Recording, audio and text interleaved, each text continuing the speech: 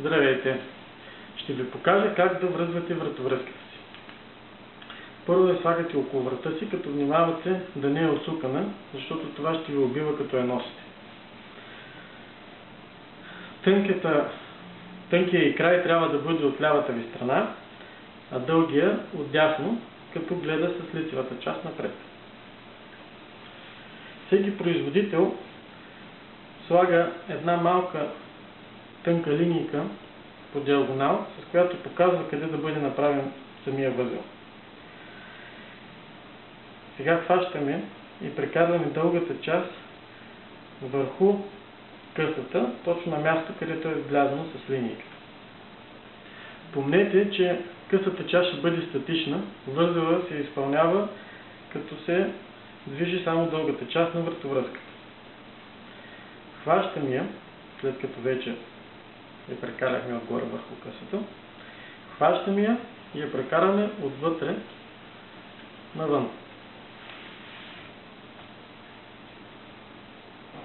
Ето така.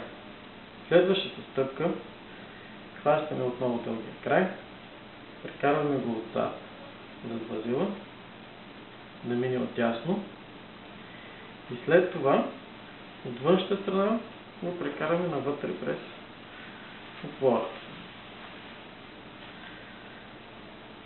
Трябва да се получат горе-долу симетрични две възелчета. Сега следващото нещо, което трябва да направим, е да прекараме отпред дългата част от дясно наляво. Това е лицевата част вече на възела. Остава ни само едно последно движение, както в момента е от лявата страна. Прекарваме отвътре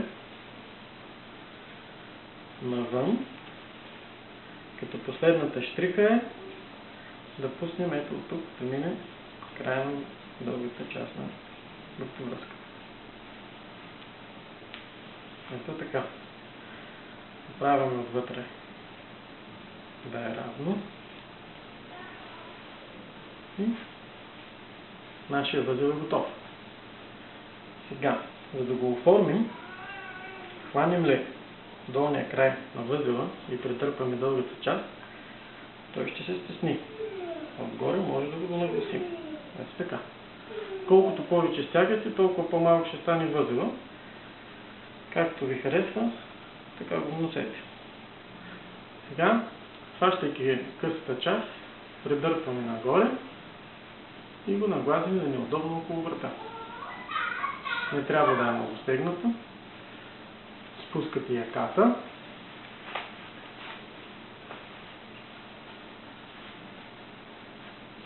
И сме готови.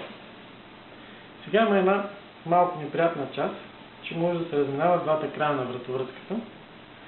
За да избегнете това нещо, вземем едно малко джобче, вкарвате късия край през него. Така.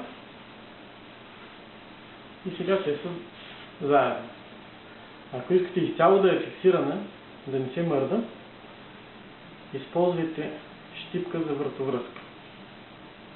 Защипвате я за ризата си и едновременно с това и двата края на вратовръзката. Сега всичко е фиксирано и вие сте готови